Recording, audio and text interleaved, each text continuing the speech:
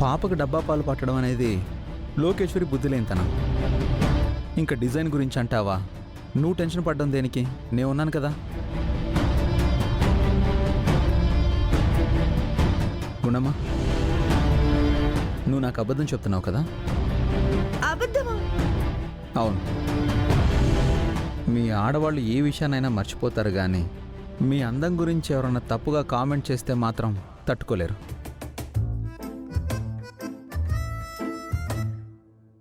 అందుకే నిన్ను వెయిట్ తగ్గించమని చెప్తున్నా నువ్వు నా మాట వినడం లేదు. నువ్వు ఇంత లావుగా ఉన్నావు కాబట్టే అందరూ నిన్ను కామెంట్ చేస్తున్నారు.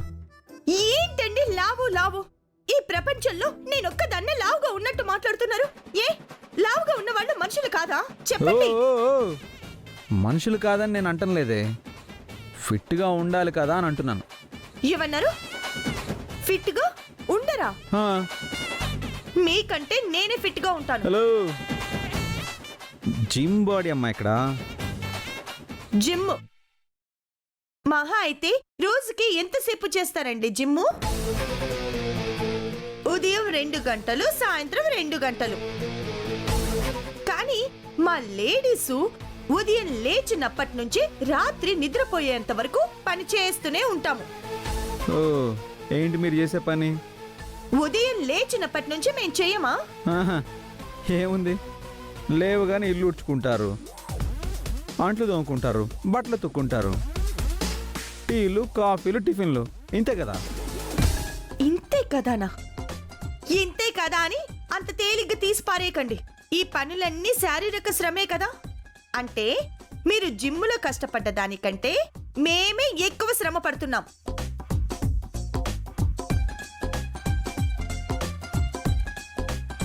మేము చేసే రోజువారీ పనులు మీ మగాళ్ళు ఒక్క వారం పాటు కంటిన్యూగా చేశారనుకో, నెలలో మిగతా 3 వారాలు బెడ్ మీదే రెస్ట్ అంటారు తెలుసా? ఏదో వంటలు చేస్తున్నాం, బట్టలు ఉతుకుతున్నామని తేలిగ్గా తీసి పారేయకండి. మీ మగాళ్ళు ఎవ్వరైనా సరేనండి, ఒక్క ప్యాంటు షర్టు ఉతుక్కుంటేనే అబ్బబ్బా నడుం పట్టేసింది అని గోల చేస్తారు. హలో, మరి అంత లేదులేవే. నువ్వెన్ని చెప్పినా, ఎన్ని పనులు చేసినా మీకంటే మేమే ఫిట్గా ఉంటాం, అందులో డౌటే లేదు. చాదస్త మొగుడు చేస్తే వినడు, గిల్లితే ఏడుస్తాడు అని. ఏంటి? ఏం లేదండి.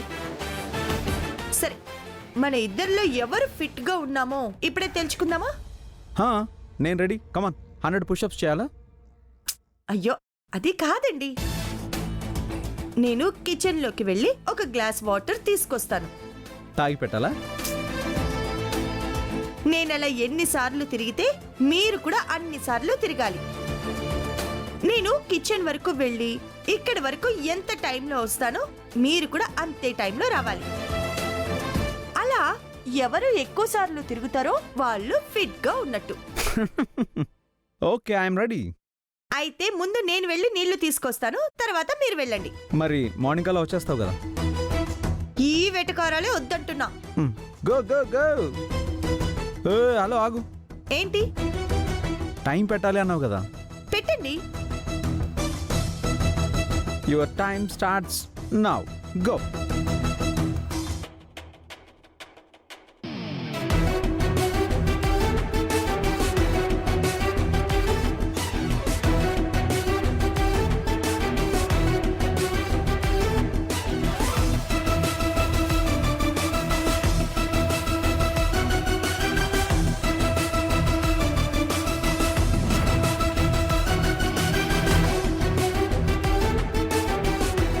తీసుకోండి. 2 minutes. ఇంత టైం ఒక గ్లాస్ వాటర్ తేవడానికి? ఇప్పుడు చూడు సార్ ఎంతసేపట్లో తెస్తాడు. My time starts now.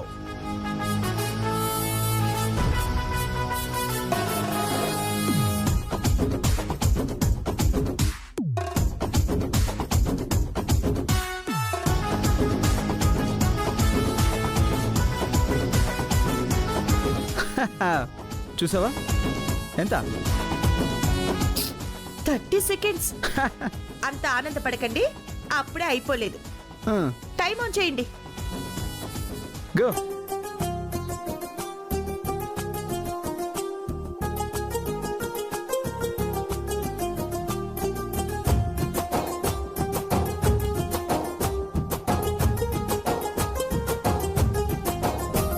ఏయ్, అయిందా? టైం. లేదు, మళ్ళీ 2 minutes. సరే, ఇప్పుడు మీరు వెళ్ళండి. చూడు.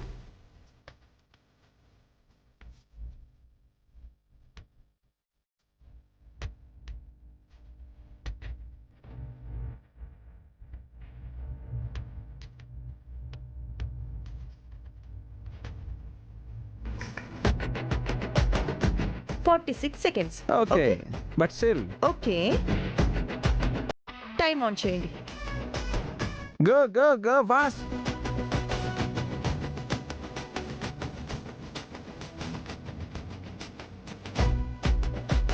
Again 2 minutes. ఇప్పుడు మీరు. చూడు.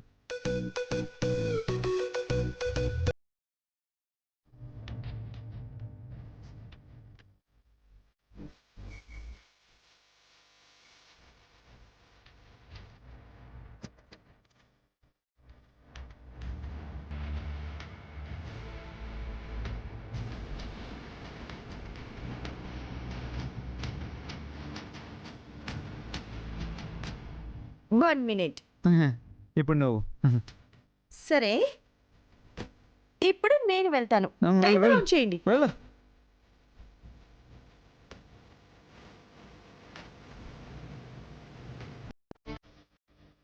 Again 2 minutes. సరే, ఇప్పుడు మీరు వెళ్ళండి.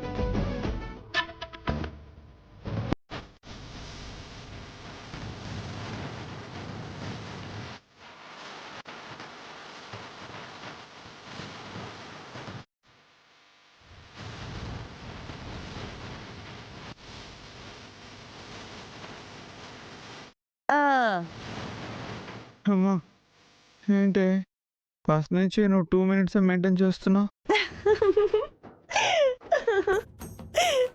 ఏంటి జింబోడి గారు, 30 seconds నుంచి 1 minute కి వెళ్ళారు. తర్వాత 1 minute నుంచి 1 minute 30 seconds కి వెళ్ళారు. తర్వాత 1 minute 45 seconds కి వెళ్ళారు. తర్వాత పోతూ పోతూ 2 minutes వచ్చింది. ఇప్పుడేంటి 2 minutes 45 seconds దాకా వచ్చారు. నేను ఫస్ట్ గ్లాస్ తెచ్చినప్పుడు ఎంత టైం అయితే మెయింటైన్ చేశానో ఇప్పటి వరకు అంతే టైం మెయింటైన్ చేశాను. అప్పుడు ఎంత యాక్టివ్ గా ఉన్నాను, ఇప్పుడు కూడా అంతే యాక్టివ్ గా ఉన్నాను. మరి తమరు? అమ్మా, వరుసగా ఎన్నిసార్లు మెట్లు ఎక్కడం దిగడం ఇంత కష్టం అని నాకు తెలియదబ్బా. అయ్య బాబాయ్, పులుసు కారిపోయిందిరా నాయన. అబ్బా అమ్మా, అమ్మా.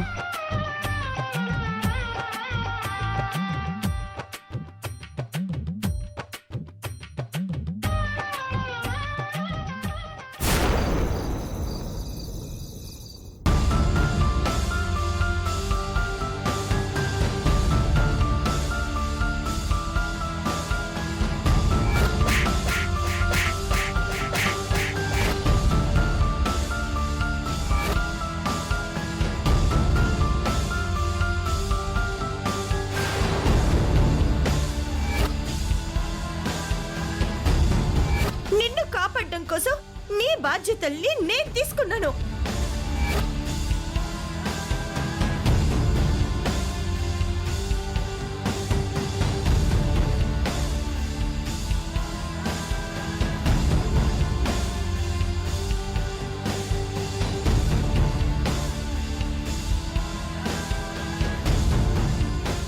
ఆ గుండమ్మ చేతిలో ఎప్పటికప్పుడు చెంపదెబ్బలు తినడానికైనా పుట్టాను. ప్రతిసారి అత్తయ్య ముందు దోషిలా తల దించుకోవడానికే నేనున్నానా? మా అమ్మ తరం నుంచి అంతే. మా అమ్మ మా పెద్దమ్మ మీద చేయి సాధించాలనుకునేది, జరగలేదు. ఇప్పుడు నేను నా కుటుంబం మీద పగ సాధించాలంటే జరగట్లేదు. ఏం చేయాలి నానమ్మా? నేను ఇప్పటి వరకు జరిగింది అంతా తలుచుకుంటే నాకు కోపం వస్తుంది. ఏం చేయమంటావు చెప్పు నాన్నమ్మా. నేను మా అమ్మలాగే అనుకున్నది సాధించకుండా మిగిలిపోతానా? నా శత్రువైన ఆ గుండమ్మని నా కాళ్ళ కింద పడేసి దాని పీక మీద కాలేసి కసకస తొక్కకుండానే నేను చచ్చిపోతానా? చెప్పు నాన్నమ్మా, చెప్పు. ఓసే ఓసే, ఇప్పుడు నువ్వున్న పరిస్థితుల్లో నేనేం చెప్పినా నీకు తప్పుగానే వినిపిస్తుంది.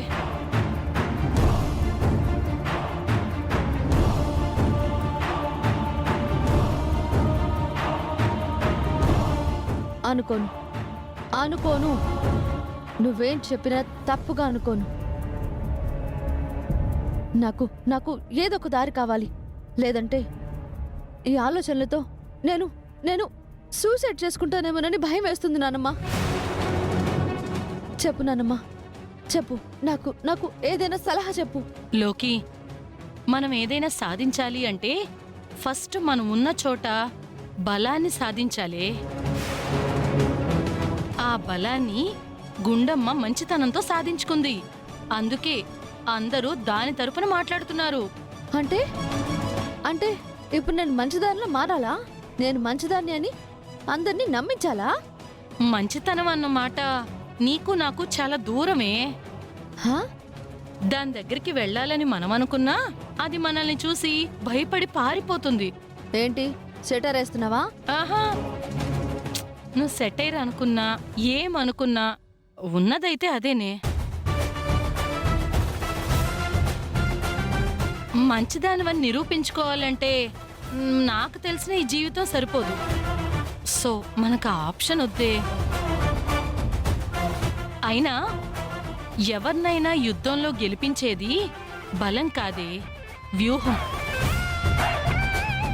కొన్నాళ్ళు మనతోనే ఉండి ఆఖరికి గుండమ్మే గ్రేట్ అని ఒప్పుకొని వెళ్ళిపోయిన సుచిత్ర కొంతకాలం క్రితం నీకొక మాట చెప్పింది గుర్తుందా? నువ్వు గెలవాలి అంటే మీ ఆయన్ని దువ్వాలి అని. భర్తని నువ్వు అదుపులోకి తెచ్చుకోగలిగితే నువ్వు ఎన్నాటలాడినా సాగుతుందే. అందర్నీ మనవాళ్ళనుకొని మన వైపు తిప్పుకోవాలంటే మనం గ్రేట్ అయి ఉండాలి. అప్పుడు వీళ్ళందరూ మన చుట్టూ చేరతారు. లేదంటే మనం సింపతి సంపాదించుకోవాలి. అప్పుడు అయ్యో పాపంలే అని అందరూ దగ్గరికి చేరతారు. నువ్వు ఏ పనైనా సరే పక్కన పెట్టేసి సింపతి సంపాదించాలే. తప్పు చేశావని తిట్టిన నీ భర్తే అయ్యో పాపంలే అనుకునే దాకా తెచ్చావనుకో, ముందు తను నీ దగ్గరకొస్తాడు. ఆ తర్వాత లోపలకొచ్చిన ఈగ చుట్టూ సాలిగూడు అల్లినట్టు అల్లేసి అతన్ని బంధించావనుకో, నువ్వు నిలబడినట్టే. నీ స్థానాన్ని పదిలం చేసుకుంటే అప్పుడు చుట్టూ ఉన్న కొంపలకి నిప్పు పెట్టటం ఈజీ అవుతుందే.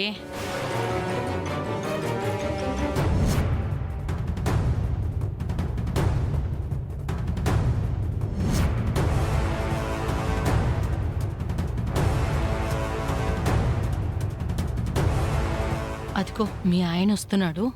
చెప్పింది అర్థమైంది కదా, చూసుకో.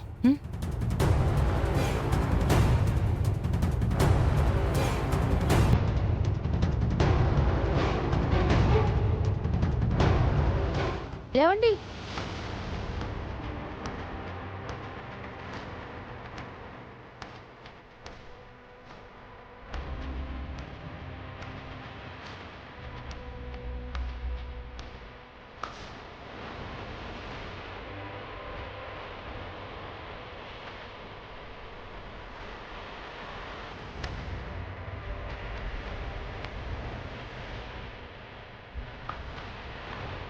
పలకరించడానికి కూడా నేను సరిపోనా?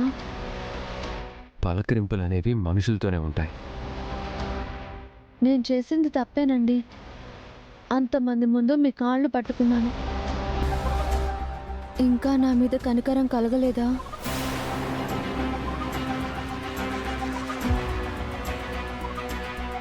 కనికరం అనే మాటకి అర్థం తెలియని వాళ్ళ మీద కనికరాలు ఎందుకుంటాయి? ప్లీజ్ అండి, అలా మాట్లాడకండి. నాకు మీరు ఇది తప్ప ఎవరున్నారు చెప్పండి? అయినా అయినా నేను ఒక పిచ్చిదానండి. ఏం చేయాలో ఏం చేయకూడదో తెలియదు. అంతెందుకు, మీరు నన్ను ప్రేమించిన కొత్తలో నాకు అర్థమయ్యేలా చెప్తున్నా నేను అర్థం చేసుకోగలిగానా? ట్యూబ్లైట్ నండి, నేను తొందరగా వెలగను.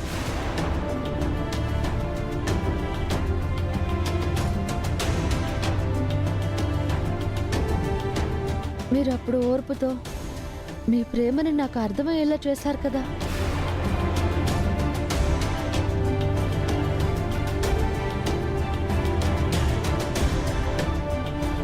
ఇప్పుడు నేను చేసిన తప్పేంటో, ఎలా ఉండాలో పోనీ చెప్పండి. నేను మారతానండి. మారానో లేదో మీకు తెలియడానికి కొంత సమయం ఇవ్వాలి కదా. అలా కాకుండా నన్ను దూరం పెట్టేస్తే మీరు నన్ను ఎంతగా ప్రేమించింది నిజం అనుకోవాలా, అబద్ధం అనుకోవాలా?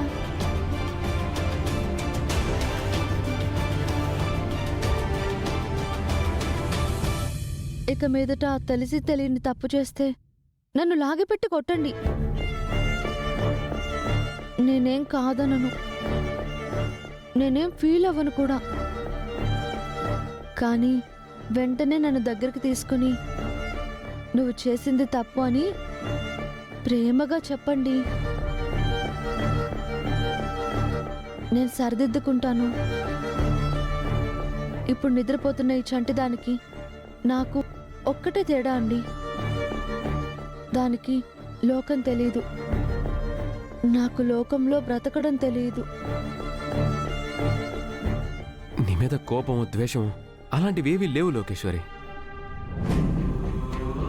నువ్వన్నావే నన్నెంతగా ప్రేమించారో కదండి అని. నిన్నంతలా ప్రేమించి పెళ్లి చేసుకున్న నేను నీ మీద ఇంత కోపాన్ని పెంచుకున్నానంటే నువ్వు చేసే పనులు నన్నెంత బాధ పెడుతున్నాయో నువ్వే అర్థం చేసుకో.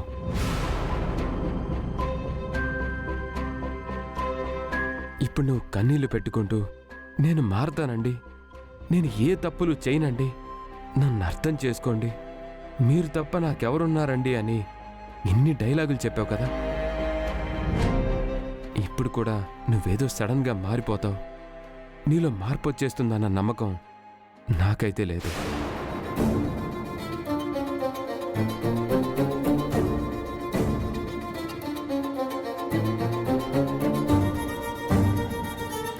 కానీ మారితే బాగుండు అన్న ఆశ మాత్రం నాకుంది.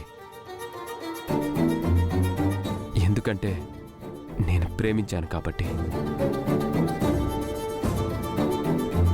ఈ కుటుంబాన్ని ఒకళ్ళు వేలెత్తి చూపించే పనులు కానీ, ఈ కుటుంబాన్ని ఇబ్బంది పెట్టే పనులు కానీ చేశావంటే నిన్న దేవుడు కూడా కాపాడలేడు. గుర్తుంచుకో.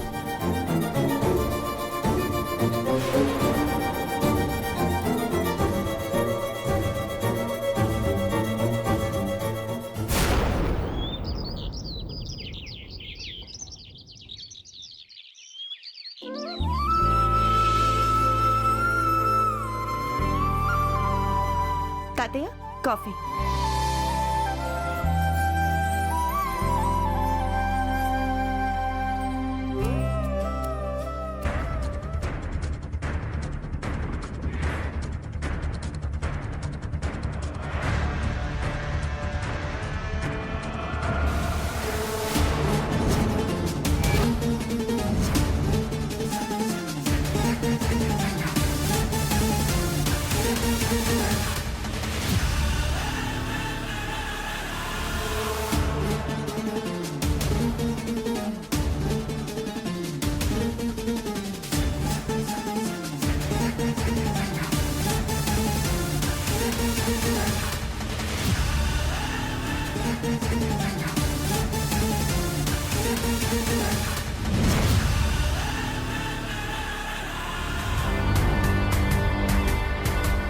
వదినా,